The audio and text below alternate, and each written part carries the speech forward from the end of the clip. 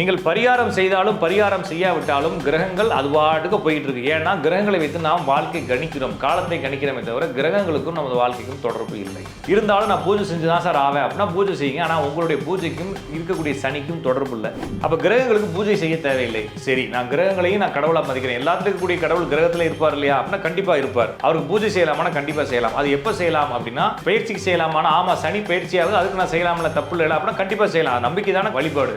ஒருவேளை நீங்க ரிச்சுவலா மித்தாலஜியா சனி என்ற கிரகம் அது ஒரு இதிகாசங்கள்ல அது ஒரு கேரக்டரா இருக்கு, அதை நான் நம்புறேன் அப்படின்னு சொல்லி வழிபாடுகளுக்குள்ள போறதா இருந்தா அதற்கும் ஜாதகத்திற்கும் தொடர்பு இல்லை, அதுக்கும் வாழ்க்கைக்கும் தொடர்பு இல்லை. அதை நீங்க வழிபாடுகளாக கடவுளாக வழிபட்டு போங்க. அதுக்காக நீங்க ரெண்டையும் போட்டு குழப்பி நீங்க ஒருவேளை நான் பூஜை செஞ்சே அவன் சனீஸ்வரன் ஒரு கடவுளை நான் வச்சிருக்கேன் கும்பிடுவேன்னா நீங்க அந்த பஞ்சாங்கல வாக்கிய பஞ்சாங்கத்தை எடுத்து அடுத்த வருஷம் கும்பிடுங்க. அப்ப இந்த வருஷம் நான் பூஜை செய்யணுமா வேணாமானா எதுவும் தேவையில்லை.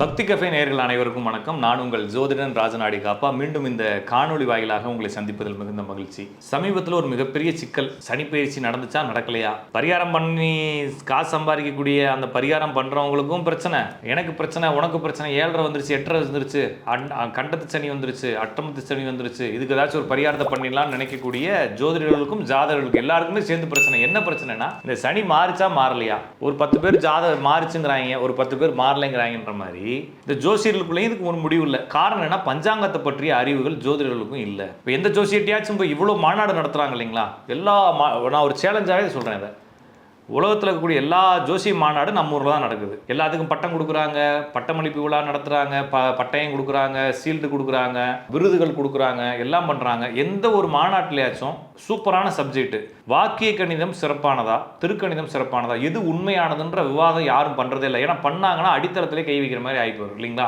அப்போ இதில் ரெண்டில் எது சரியானது அப்படின்னா கண்டிப்பாக திருக்கணிதம் சரியானது. நான் தெளிவாகவே சொல்லுவேன். காரணம் என்ன, எனக்கு ரெண்டு பஞ்சாங்கங்களையும் கணிக்கிற அளவுக்கு எனக்கு அந்த நாலேஜ் இருக்குது. நான் 2 பஞ்சாங்கத்தையும் என்கிட்ட கொடுத்தீங்கன்னா ஒரு 2 மாதம் 2 பஞ்சாங்கத்தையும் ரெடி பண்ணியே கொடுப்பேன். நான் எதையுமே நானே கால்குலேஷன் பண்ணி என்னென்ன கிரகங்கள் எங்கே இருக்குன்னு சொல்லுவேன். அந்த அடிப்படையில் இருந்து பார்க்கும் பொழுது திருக்கணிதம் என்பது காலத்தை அப்படியே புரிந்து கொள்ள உதவுகிறது. வாக்கியம் என்பது சடங்குகளுக்கான கணிதம் அப்படிங்கிற அடிப்படையில் வாக்கிய கணிதம் ஒரு மனிதனுடைய வாழ்க்கையை புரிந்து கொள்ள உதவாது சார். அப்ப இந்த பரிகாரம் செய்யறதுக்கு எந்த சனியை பயன்படுத்தணும், பரிகாரம் செய்யறது அப்படிங்கிற அந்த பரிகாரன்ற வார்த்தையை விட்டுருங்க.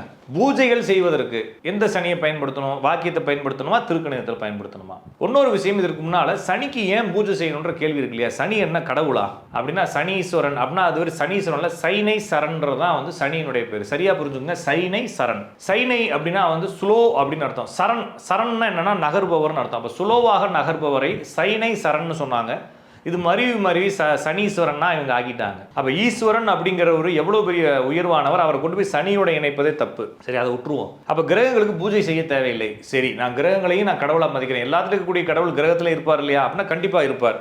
அவருக்கு பூஜை செய்யலாமா? கண்டிப்பா செய்யலாம். அது எப்போ செய்யலாம் அப்படின்னா நீங்க எப்பயுமே செய்யலாம். சரி, பயிற்சிக்கு செய்யலாமா? ஆமா, சனி பயிற்சியாவது அதுக்கு நான் செய்யலாம்ல, தப்பு இல்லை அப்படின்னா கண்டிப்பா செய்யலாம். நம்பிக்கை தானே வழிபாடு. அப்ப சனி எப்போது மாறுகிறது அப்படின்னா வழிபாடு முறைகளில், கோயில் முறைகளில், ஆன்மீக முறைகளில், பக்தி முறைகளில் சனி அப்படிங்கக்கூடிய ரிச்சுவல் டிரான்சிட் அப்படிங்கிறது பஞ்சாங்கத்தில் வாக்கிய பஞ்சாங்கத்தை பார்க்க வேண்டும். எனவே வாக்கிய பஞ்சாங்கத்தில் அடுத்த வருஷம் தான் சனி மாறுகிறார். எனவே உங்களுடைய பூஜை புனஸ்காரங்கள், யாகம் வளர்க்குறது, ஹோமம் வளர்க்குறது, குண்டம் வளர்க்குறது எல்லாத்தையும் எங்கே செய்யலாம், அடுத்த வருஷம் செய்யலாம். அப்போ இந்த வருஷம் என்ன சார் செய்யறது, இந்த வருஷம் நீங்கள் பூஜை செய்கிறீங்க, சனிக்கு எதுக்கு பூஜை செய்யுங்க சார்? பூஜை செய்தாலும் பூஜை செய்யாவிட்டாலும் சூரியன் உதிக்கும், சரிங்களா? அதுபோல் நீங்கள் பூஜை செஞ்சாலும் பூஜை செய்யாவிட்டாலும் சனி நகர்ந்து கொண்டே இருக்குன்ற அடிப்படையில் சனி நகர்வை வைத்து ஒரு மனிதனுடைய வாழ்க்கையை கணித்துக் கொள்வதற்கு இந்த திருக்கணிதம் உண்மையானது. அந்த திருக்கணிதத்தில் இப்போ தான் சனி மாறி இருக்கு, அதுக்கு நீங்கள் எந்த பூஜையும் செய்ய தேவையில்லை. சார் நான் பூஜை செஞ்சால் தான் சனி மாறும்னா அப்போ உங்களுக்கு பூஜை செய்ய தெரியாதுன்னா உங்களுக்கு சனி நல்லது செய்யாதுன்றது மாதிரி நீங்கள் புரிஞ்சுக்கிறீங்களா? சரியா புரிஞ்சுக்குங்க. நீங்கள் பரிகாரம் செய்தாலும் பரிகாரம் செய்யாவிட்டாலும் கிரகங்கள் அது பாட்டுக்கு போயிட்டு இருக்கு. ஏன்னா கிரகங்களை வைத்து நாம் வாழ்க்கை கணிக்கிறோம், காலத்தை கணிக்கிறோமே தவிர கிரகங்களுக்கும் நமது வாழ்க்கைக்கும் தொடர்பு இல்லை. இருந்தாலும் நான் பூஜை செஞ்சு தான் சார் ஆவேன் அப்படின்னா பூஜை செய்யுங்க. ஆனால் உங்களுடைய பூஜைக்கும் இருக்கக்கூடிய சனிக்கும் தொடர்பு இல்லை. நீங்கள் ஒருவேளை நான் பூஜை செஞ்சே ஆவேன் சனீஸ்வரன் ஒரு கடவுளை நான் வச்சிருக்கேன் கும்பிடுவேன்னா நீங்கள் அந்த பஞ்சாங்கல வாக்கிய பஞ்சாங்கத்தை எடுத்து அடுத்த வருஷம் கும்பிடுங்க. அப்போ இந்த வருஷம் நான் பூஜை செய்யணுமா வேணாமானா எதுவும் தேவையில்லை. நீங்கள் எப்பயுமே தேவையில்லை. ஒருவேளை நான் வாக்கிய பஞ்சாங்கத்தில் இருக்கக்கூடிய என்னுடைய அந்த ரிச்சுவல் சனியை நான் சனீஸ்வரனை நான் வணங்கணும், சனி பகவானை நான் வணங்கணும்னா கண்டிப்பாக வணங்குங்க, தப்பு ஒன்றும் இல்லை. ஆனால் அது இப்போ வணங்கி யூஸ் இல்லை, ஏன்னா அவர் பயிற்சி ஆகிட்டாரு. ஆனால் வாக்கிய பஞ்சாங்கப்படி பயிற்சி ஆகல. நீங்கள் கோயில் கும்பாபிஷேகம் கோயில் எல்லாத்தையும் நீங்கள் அடுத்த வருஷம் தான் வச்சுக்க முடியும். அப்போ இப்போ என்ன செய்யலாம் அப்படின்னா இப்போ இந்த சனி உங்களுடைய வாழ்க்கையில் ஏதாவது மாற்றணும்னு நினச்சா, உதாரணத்துக்கு இப்போ சனி கும்பத்திலிருந்து மீனத்துக்கு மாறி இருக்கு. அப்போ இத்தனை நாள் இருந்து கும்பத்திலிருந்து செய்த நன்மை தீமைகளை இந்த சனி மாற்றிக்கும். அங்கே ஆல்ரெடி மீனத்தில் இந்த ராகு இந்த மாதம் எண்டில் இறங்கி போகிறதுனால அங்கே இத்தனை நாள் அந்த அந்த மீனராசியில் இருந்து ராகு செய்த எல்லா பிரச்சனைகளையும் இந்த சனி சரி செய்ய போகிறதுனால இந்த சனி மாறுவது அப்படிங்கிறது சிறப்பு. ஒருவேளை யாருக்கு சிறப்பு இல்லை அப்படின்னா, இத்தனை நாள் சனி இருந்த இடத்துல ராகு ஏறுது இல்லையா, அந்த ராகு வந்து தான் சிறப்புண்மையை கூறுதே தவிர, அப்போ இந்த சனி மாற்றம் என்பது மிகப்பெரிய நன்மைகளை இந்த உலகத்துக்கு செய்ய போகுதுன்றதுனால ரொம்ப குழப்பிக்க தேவையில்லை. இந்த சனி என்றது சேஞ்ச் ஆக போகுது. அதுக்கப்புறமா அந்த சனி வரக்கூடிய 9, 10வது மாதத்தில் வக்ரம் அடைஞ்சு திருப்பியும் ராகு இருக்கக்கூடிய கும்பத்திலிருந்தே செயல்படுறது பாய் செய்கிறதுனால இந்த வருஷம் நிறைய பேருக்கு செட்டில்மெண்ட் ஆகும். இந்த சனி நிறைய நன்மைகளை செய்ய போகுது. அதை போட்டு குழப்பி எனக்கு 7 வந்துருச்சு, 8 வந்துருச்சு, அஷ்டமத்து சனி வந்துருச்சு, கண்டக சனி வந்துருச்சுன்னு யாரும் பயப்படாதீங்க. கண்டிப்பாக சிம்ம ராசிக்கு அட்டமத்து சனி, கன்னி ராசிக்கு கண்டக சனி இல்லைங்களா, இவங்க 2 பேத்துக்கும் நல்லது தான் நடக்கும், எழுதி வச்சுக்கோங்க. அதே போலவே மீன ராசிக்கு, மேச ராசிக்கு, கும்பராசிக்கெல்லாம் 7.5 சனி, ஜென்மச்சனி, பாத சனி, கண்ட சனி, அது இதுன்னு ஏதாவது சொல்லுவாங்க. எதை பற்றியும் கவலைப்படாதீங்க. எந்த சனியும் உங்களை எதுவும் செய்யாது. நீங்கள் பூஜை செஞ்சால் தான் சனி பகவான் காப்பாற்றுவார் நீங்கள் நம்புறது உங்களுடைய நம்பிக்கை தானே தவிர சனி பகவானும் கிடையாது, அது உங்களை காப்பாற்ற போகிறதும் கிடையாது, அதுக்கு பூஜையும் தேவையில்லை. ஒருவேளை நீங்கள் அப்படி பூஜை செய்கிறதா இருந்தால் நம்ம பூஜை பண்ணுறவங்களெல்லாம் ராக்கெட் வச்சு எழுப்பி விட்டு நீங்கள் சனிக்கு அனுப்பிச்சு பூஜை செய்ய சொல்லுங்கள். மற்றபடி சார் எனக்கு ஒரு ஜோசியர்கிட்ட போனேன், அவர் வந்து பரிகாரம் செய்ய சொன்னார், திருநள்ளாறு அது மாதிரி இடத்துலேருந்து நோட்டீஸே அனுப்பிச்சிட்டாங்க, ஆர்டரே பாஸ் பண்ணிட்டாங்க, இந்த வருஷம் சனி பயிற்சிக்கு யாகமே கிடையாது, யார் இந்த பக்கம் வராதிங்க, அடுத்த வருஷம் தான் சொல்லிட்டாங்க. இப்போ என்னதான் சார் செய்கிறது, இந்த பக்கம் போனால் செய்யுங்கிறான், இந்த பக்கம் போனால் வரவே இல்லைங்கிறான் அப்படின்ற மாதிரி குழப்பம் இருக்கிறவங்க ரொம்ப குழப்பிக்க தேவையில்லை. இப்போது நடக்கக்கூடிய சனி பயிற்சி நடந்தது உண்மைதான், ஆனால் அது கணிதம் செய்வதற்கு தான். நீங்கள் கணிதம் செய்ய பயன்படுத்தக்கூடிய சனிக்கு நீங்கள் பூஜை இப்போ வந்து ஒன்றும் இல்லைங்க, ஒரு மேக்ஸில் கால்குலேஷன் போடுறீங்க, அதில் வந்து எக்ஸ் நம்ம கணக்கு போடுறோம். அப்போ எக்ஸுக்கு நீங்கள் பூஜை பண்ணிட்டு கால்குலேஷன் பண்ணிங்கன்னா உங்களுக்கு கணக்கு சரியாக வரும்னு ஒரு நம்பிக்கை இருந்தால் எப்படி நீங்கள் சிரிப்பீங்க?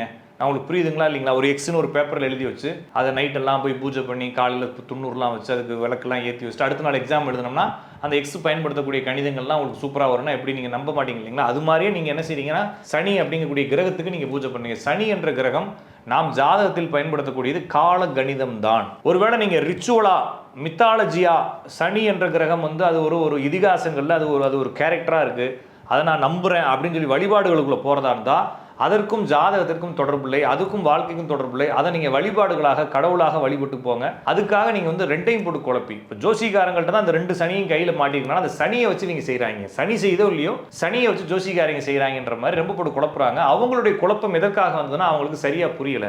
ஜோசிகாரங்களுக்கு இந்த சனினா என்னன்னு தெரியல, இந்த சனியா ரெண்டு சனியை பற்றியும் புரியாததால் இவர்கள் சனியை வைத்து பிளப்பு நடத்துகிறார்கள். எனவே அவர்களுடைய குழப்பத்துக்குள்ளே போய் நீங்கள் மாட்டிக்காதீங்க நண்பர்களே.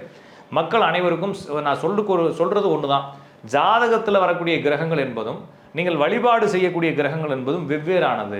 ஸோ புரியும் நினைக்கிறேன். நம்ம வந்து என்னன்னா இதிகாசங்களில் வரக்கூடிய கணிதங்கள் என்பது இந்த உலகம் எப்படி இயங்குகிறது, நம்ம எந்த மாதிரி வாழ்க்கை சூழலில் இருக்கிறோம், இந்த கிரகங்கள் எப்படிலாம் நம்மளை சுற்றி இயங்கிக்கிட்டு இருக்கு, நம்ம என்ன மாதிரி ஒரு சர்க்கம்ஸ்டன்ஸில் இருக்கிறோம், இந்த பருவங்கள் எப்படி மாறுன்ற எல்லா அடிப்படை பேஸில் செய்யப்பட்ட இதிகாச கதைகள் என்பது வேறு, நாம் ஜாதகத்தில் பயன்படுத்தக்கூடிய கிரகங்கள் என்பது வேறு. ரெண்டையும் போட்டு ஒரு ஜோசிகார் ஒட்ட வச்சு உங்களை ஏமாத்திக்கிட்டு இருக்காரு. எனவே நீங்கள் வழிபாடு செய்வதாக இருந்தால் அதுக்கு கால நேரமே தேவையில்லை. எப்படி சிவனை வழிபடுறதுக்கு கால நேரம் இருக்கா அப்படின்னா அதுக்கும் பிரதோஷம் அது இருக்கே சார்னா அப்படிலாம் வந்து அது அன்னைக்கு இன்னும் சிறப்பாக செய்யுங்கன்னு அர்த்தமே தவிர டெய்லி செய்யணும். அதுபோல் நீங்கள் வழிபடுவதாக இருந்தால் டெய்லி வழிபடுங்க, ஒரு நாள் பார்த்து வழிபட வேண்டிய அவசியம் இல்லை. இந்த பக்கம் இருக்கக்கூடிய கிரகங்கள் அப்படிங்கிறது ஜோசியக்கூடிய கிரகங்களை நீங்கள் வழிபட்டாலும் வழிபடாவிட்டாலும் என்ன செஞ்சாலும் அதில் எந்த மாற்றங்களையும் அந்த கிரகங்களால் கொடுக்க முடியாது. ஏன்னா கிரகங்கள் என்பது காலத்தை குறிப்பிடுவது தான். அந்த காலத்தில் நீங்கள் பிறந்துட்டதுனால அதில் எந்த மாற்றத்தையும் உங்களால் எதுவுமே செய்ய முடியாது என்ன வழிபட்டாலும். எனவே ரெண்டையும் மட்டும் குழப்பிக்காதீங்க. பரிகாரம் பூஜை புனஸ்காரங்கள் எல்லாமே யாரோ ஒருத்தவங்க சம்பாதிக்கிறதுக்கு தானே தவிர உங்களை அது எந்த இடத்துலையும் மாற்றாது. எவ்வளோ பெரிய ஜோசிக்காரங்கன்னா அதை கண்டுபிடிப்பேன் இதை கண்டுபிடிப்பேன், ஒரு பேப்பர் கொடுத்தா போதும் அப்படியே சொல்லுவேன்ற ஆளுகள்கிட்ட போனீங்கன்னா கூட